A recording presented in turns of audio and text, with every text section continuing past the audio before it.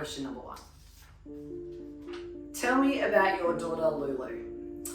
Well, Lulu is 9 years old. She is referred to as the Labrador in our household because she loves food. She's sassy, she's funny, has the best dance moves ever. Very stubborn, and really, she just lights up our household. Question number 2. How did you feel when you found out she had Down syndrome?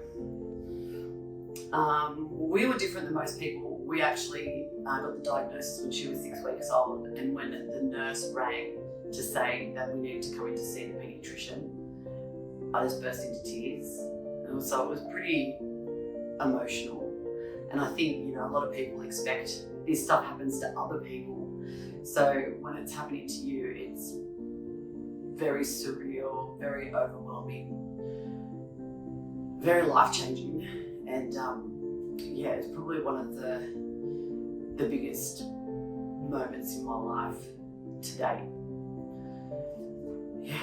Question number 3. What is it like raising her? It can be really difficult, but then it's also really rewarding because when she does talk, it's like cause for celebration. It's like we've just won the World Cup. When she achieves anything, it is so amazing. It's like the small life moments have become huge. They're so amplified. So she's changed the way that we look at the world because we're celebrating those small moments, which is really lovely.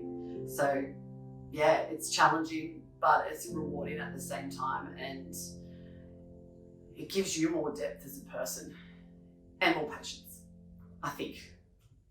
My husband's definitely got the patience. Do you ever worry about the future for Lulu? Yes. She talks about getting married, whether she's able to get married.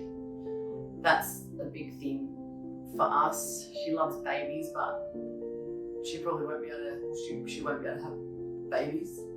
So that stuff's sad for her because there will be a lot of things that she'll miss out on. And then it's also with her independence, like will she get to live in her own house or will she have to live with us forever?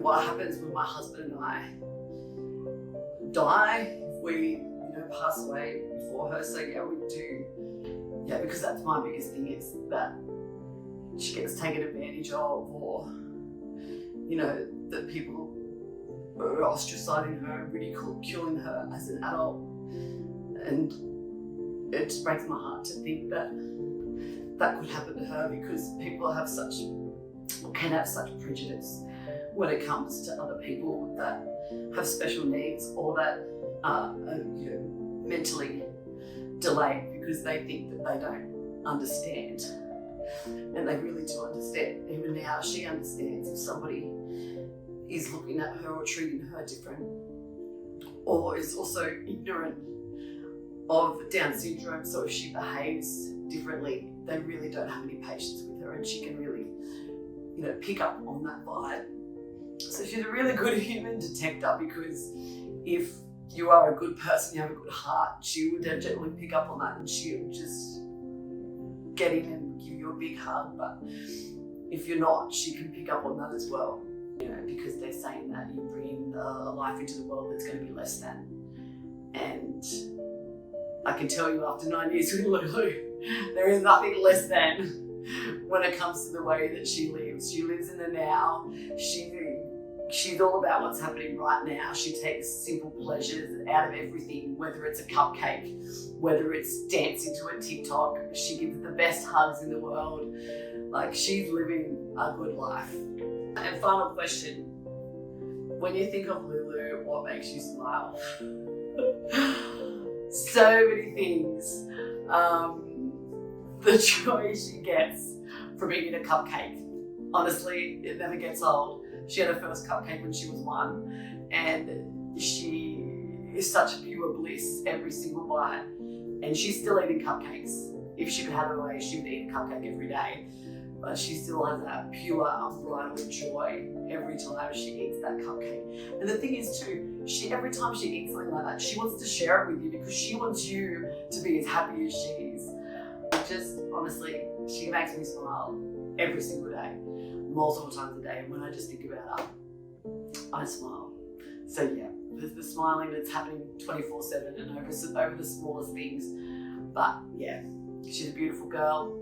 World Down Syndrome Day, it's all about raising awareness, and I hope I gave you a little bit of insight into what it's like to have a child with Down syndrome and to be in the world with somebody else who is living with Down syndrome.